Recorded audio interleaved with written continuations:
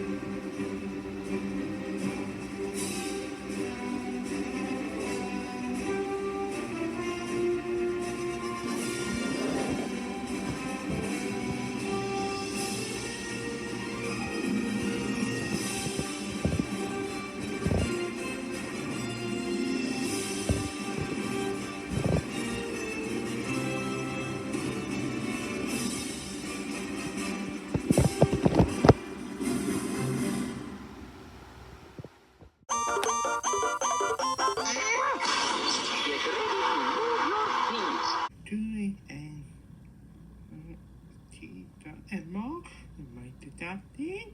Fit and more,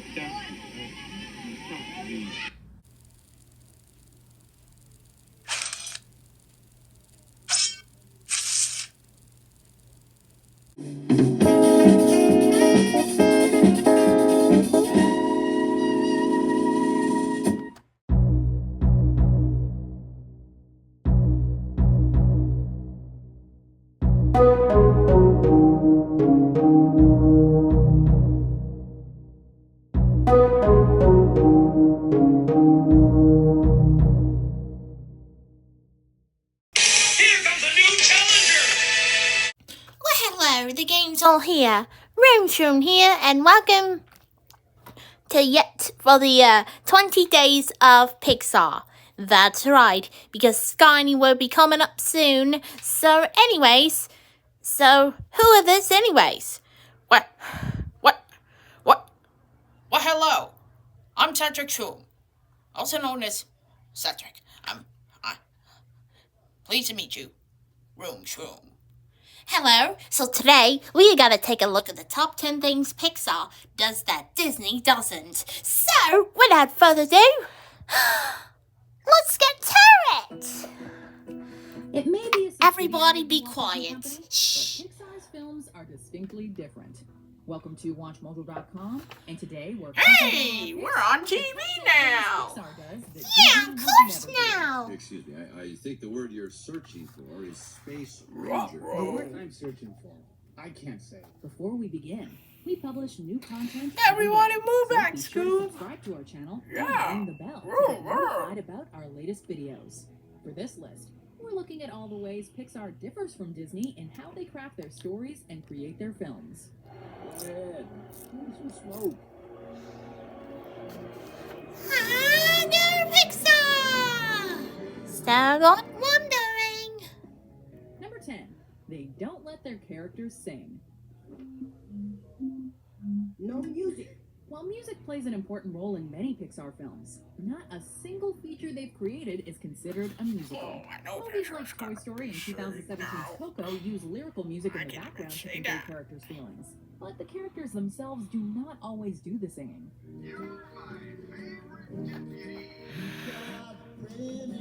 Let's have a little about music. Yet, That gives me isn't all the totally off ears. table. Animator James Murphy has said that Pixar would consider doing a musical, quote, if an individual came up with an idea that deserved or warranted one, because it would have come from, quote, a very genuine place.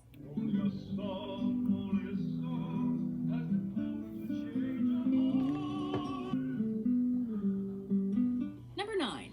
They stick to animation. You've probably noticed that in the 2010s, Disney has started a practice of rebooting some of their classic films using a combination of live action and CGI.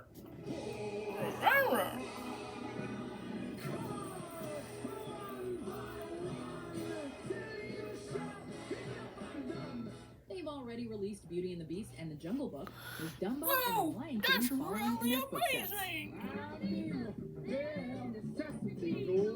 nature's recipe that brings the bare necessities of life. Well, that's more like it. Pixar's movies are already computer animated, and we'd be surprised if they ever decided to make a live-action version of something like Toy Story or Inside Out, because it wouldn't feel all that different from the original. Oh, definitely the worst.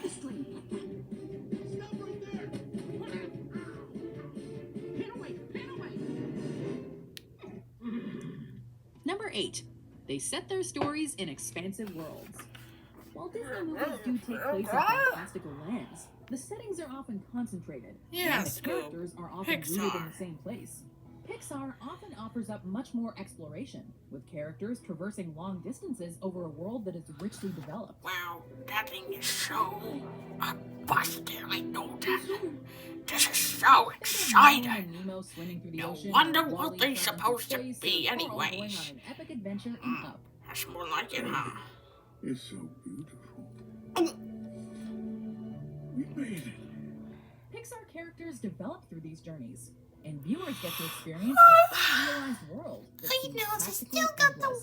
still got any thoughts and They everything. focus on adults. Some would argue that Pixar caters their movies more to older audiences, with jokes that have double meanings that only grown-up viewers would understand.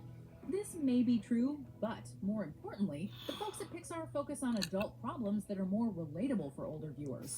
Many of Disney's protagonists are young or youthful, still got like the teenage exist. princesses or Simba, Dumbo, and Peter Pan.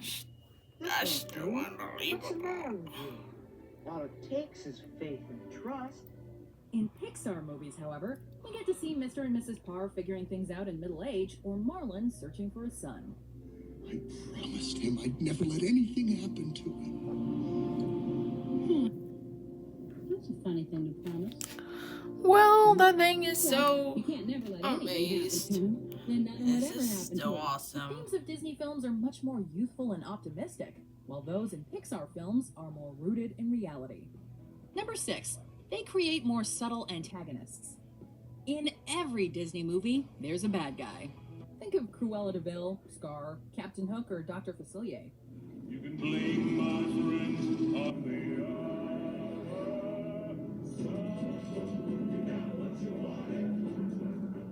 These are all cut-and-dry villains who move the plot of the film along with their evil deeds. Yeah.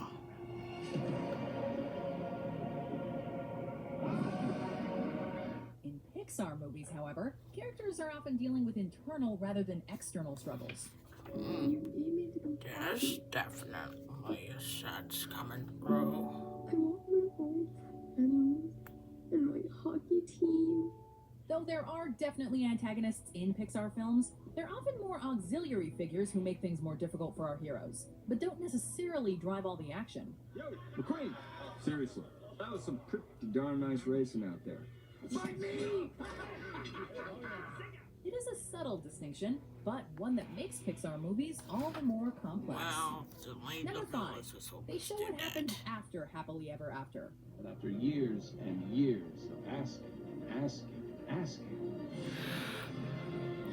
I finally said yes. Eugene. All right, I asked her. And we're living happily ever after. The romance in Disney movies focuses largely on the courting phase, the will they or won't they anticipation that ends with a first kiss. This makes sense for a Where younger they target live audience. But in happily Pixar ever films, after. we get to take a look at couples and They families got after lots the of honeymoon fairy phase has tales ended. and so much strangers than episodes. The most notable example is, of course, The Incredibles. But we also see examples of this in Up, Inside Out, and Finding Nemo. Pixar shows how a Still happy love ending it. doesn't have a sense of finality, and how there are always more struggles to be faced after that fade to black. I decide when I'm done. I was hoping you'd say that. Number 4. They skip dialogue. You know, you don't talk very much. I like you. 2 of Pixar's most successful films feature scenes or segments with no dialogue that still manage to pack a big emotional punch. No dialogue, still not talking. The writers were able to convey a wide range Well, of this emotions is in so the opening exactly sequence what of that Up and the says. first act of Wall-E.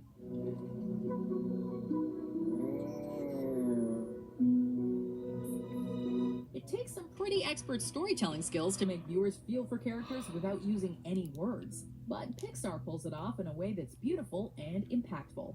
It's hard to imagine Disney ever doing anything like this.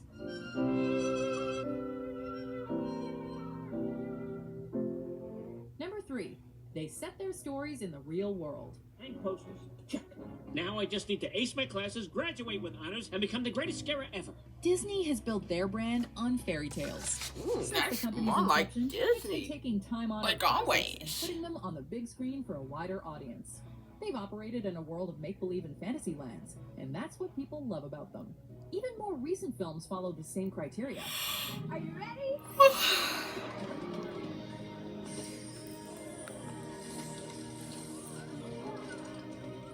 Over at Pixar, however, they still tell somewhat fantastical stories, but almost every single one is rooted in reality.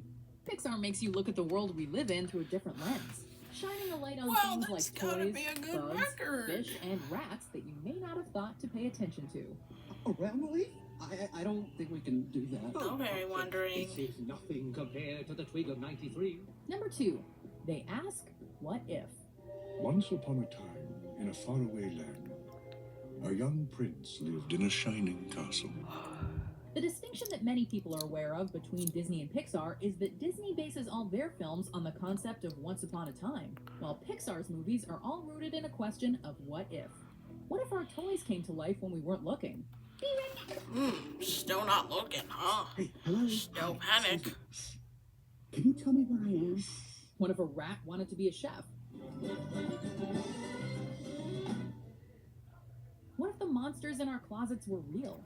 What if we could see what goes on in a young girl's brain? What was your favorite movie? Spitting out the car window! Definitely not when Dad was singing. Wearing a seatbelt! Oh, what about the time with the dinosaur? Oh, Still living on the vacation like this. Pixar movies may not offer Still the got same escapism Riley's that Disney movies do, imagination. but they are still filled with a sense of wonder and curiosity that makes us look at reality with fresh eyes. Number 1, they create morally ambiguous characters. We've already talked about how the antagonists are a little different in Pixar movies, but the heroes are much more complex as well. I can fly. Can you fly? Hey, Fly this home, is buddy. much I even work better alone. shit. I can't even do that. There's far less black and white morality in Pixar films, and characters don't fit neatly into good Well, or this bad is so categories. exactly at the endings now. Riley needs to be happy. Pixar's protagonists aren't always the most sympathetic figures, and they often struggle to make the right choices. Disney's heroes are typically unflagging in their moral uprightness and would never make a selfish decision. Pixar's characters may be a little harder to love, but when you stick with them, it's definitely worth it. Please. He's my friend. He's the only one I've got. Do you agree with our picks? Well, I'll see you tomorrow. Goodbye. Bye guys. Thanks for watching.